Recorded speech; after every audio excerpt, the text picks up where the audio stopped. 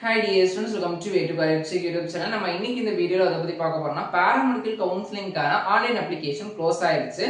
இதுக்கு அப்புறம் பாத்தீங்கன்னா என்ன process, official process என்ன, random நம்பர் நம்ம பாராமெடிக்கல் கோர்சஸ்க்கு இருக்குதா, டாக்குமெண்ட் வெரிஃபிகேஷன் எப்படி நடக்கும் அப்படிங்கிற மாதிரி நிறைய டவுட் இருக்கும். அதோடைய ரேங்க் லிஸ்ட் பத்தின இன்ஃபர்மேஷனையும் இந்த வீடியோல டீடைலா பார்த்துடலாம். நம்ம சேனலை நீங்க சப்ஸ்கிரைப் பண்ணனும்னா சப்ஸ்கிரைப் பண்ணிக்கோங்க. வாட்ஸ்அப், டெலிகிராம், இன்ஸ்டாகிராம் பேஜ்மே ஃபாலோ பண்ணிக்கோங்க.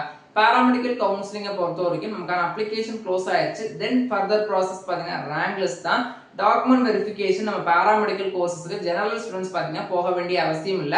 பிடபிள்யூடி கேட்டகரி ஸ்டூடெண்ட்ஸ் மட்டும் டாக்குமெண்ட் வெரிஃபிகேஷன், அதாவது பிசிக்கலி சேலஞ்சர் ஸ்டூடெண்ட்ஸ் மட்டும் டாக்குமெண்ட் வெரிஃபிகேஷனுக்கு சென்னையில டைரக்டா போற மாதிரி இருக்கும். அதுக்கான டேட் அப்படிங்கறத அவங்க அனௌன்ஸ் பண்ணுவாங்க. அப்போ நம்ம சேனல்ல இன்டிமேட் பண்ணிடுறேன். மற்ற ஸ்டூடெண்ட்ஸ் போக வேண்டிய அவசியம் கிடையாது. நமக்கு டாக்குமெண்ட் வெரிஃபிகேஷன் அப்படிங்கறது செப்பரேட் ப்ராசஸ் கிடையாது.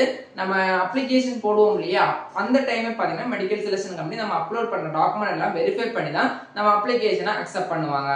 தென் யாரெல்லாம் அப்ளிகேஷன் ரிஜெக்ட் ஆகும் அப்படிங்கிற டவுட் இருக்கும். அப்ளிகேஷனை பொறுத்த வரைக்கும் சின்ன சின்ன மிஸ்டேக்ஸ், ஸ்பெல்லிங் மிஸ்டேக்ஸ், அதுக்கெல்லாம் பாத்தீங்கன்னா அப்ளிகேஷன் ரிஜெக்ட் பண்ண மாட்டாங்க. இப்போ நான் போனஃபைட் சர்டிபிகேட் அப்லோட் பண்ணல, அதுக்கு பதிலா டிசி அப்லோட் பண்ணியிருக்கிறேன், கான்டாக்ட் சர்டிபிகேட் அப்லோட் பண்ணியிருக்கிறேன், இந்த மாதிரி சின்ன சின்ன மிஸ்டேக்ஸ்க்கு எல்லாம் பாத்தீங்கன்னா அப்ளிகேஷன் அப்படிங்கறது ரிஜெக்ட் பண்ண மாட்டாங்க. உங்க 10th மார்க் ஷீட் அப்லோட் பண்ணல, 12th மார்க் ஷீட் அப்லோட் பண்ணல, அதுக்கப்புறம் பாத்தீங்கன்னா டிசி அப்லோட் பண்ணல, இதே மாதிரி மேஜர் இஷ்யூஸ்க்கு தான் பாத்தீங்கன்னா அப்ளிகேஷன் அப்படிங்கறத ரிஜெக்ட் பண்ணுவாங்க. சோ யாரும் worry பண்ணிக்காதீங்க.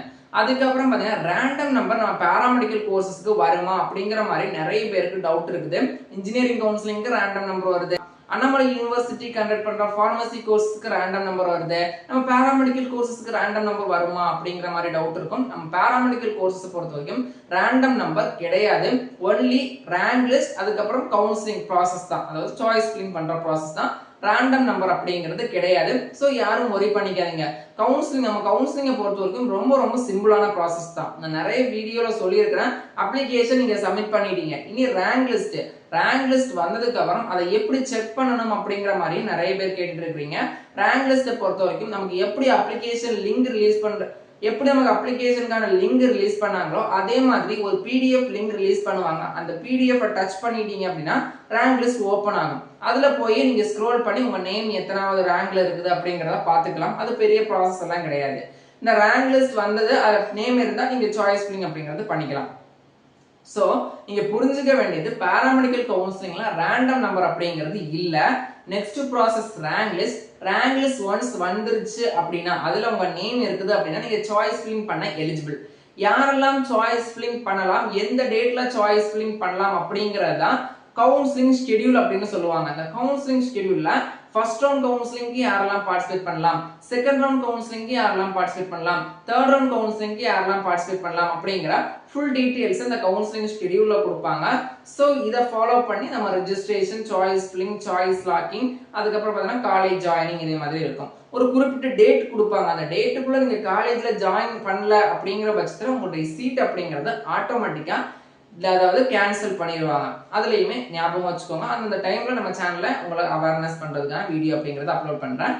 அதனால பாத்தீங்கன்னா நம்ம பாராமெடிக்கல் கவுன்சிலிங்கை பொறுத்த வரைக்கும் ரேண்டம் நம்பர் வராது, ரேங்க் லிஸ்ட் தான் வரும். ரேங்க் லிஸ்ட் செக் பண்றது ஈஸி. அதுக்கப்புறம் யாரோட அப்ளிகேஷன் ரிஜெக்ட் பண்ணுவாங்கன்னா மேஜர் அப்ளிகேஷன்ல மிஸ்டேக் பண்ணியிருக்கிற பர்சன்ஸ்க்கு மட்டும் தான் பாத்தீங்கன்னா அப்ளிகேஷனை ரிஜெக்ட் பண்ணுவாங்க. சோ இந்த மாதிரி இன்ஃபர்மேஷனை தெரிஞ்சு வச்சுக்கோங்க. யாரும் worry பண்ணிக்காதீங்க. இன்னுமே நமக்கு சாய்ஸ் ஃபில்லிங் ஓபன் ஆகல, ரேங்க் லிஸ்ட் வரல, டைம் ஆகும்போது அவங்க ரிலீஸ் பண்ணுவாங்க. ரிலீஸ் பண்ணும்போது நம்ம சேனல்ல அப்டேட் பண்ணிடுறேன். எல்லாருமே போல்டா பேஷன்ஸா இருங்க. கொடுக்குறான அஃபிஷியல் இன்ஃபர்மேஷனோ டிமோட்டிவ் இன்ஃபர்மேஷனோ நீங்க கருத்துல எடுத்துக்காதீங்க. அஃபிஷியல் இன்ஃபர்மேஷன் மட்டும் தெரிஞ்சுக்கோங்க. தென் உங்க லைஃப், உங்க ஃபியூச்சர், என்ன கோர்ஸ் சூஸ் பண்ணணும், என்ன மாதிரியான ஃபியூச்சர் ஸ்கோப்ஸ் இருக்குது அப்படிங்கறது தெரிஞ்சுக்கிட்டு ஒரு கோர்ஸ் சூஸ் பண்ணுங்க. உங்க ஃபியூச்சர் அப்படிங்கிறது நல்லா இருக்கும். சோ இதே மாதிரி கவுன்சிலிங் ரிலேட்டட் அப்டேட்டுக்கு பாத்தீங்கன்னா நம்ம வே டு கரியர் யூடியூப் சேனல்ல சப்ஸ்கிரைப் பண்ணிக்கோங்க. வாட்ஸ்அப், டெலிகிராம், இன்ஸ்டாகிராம் பேஜையுமே ஃபாலோ பண்ணிக்கோங்க.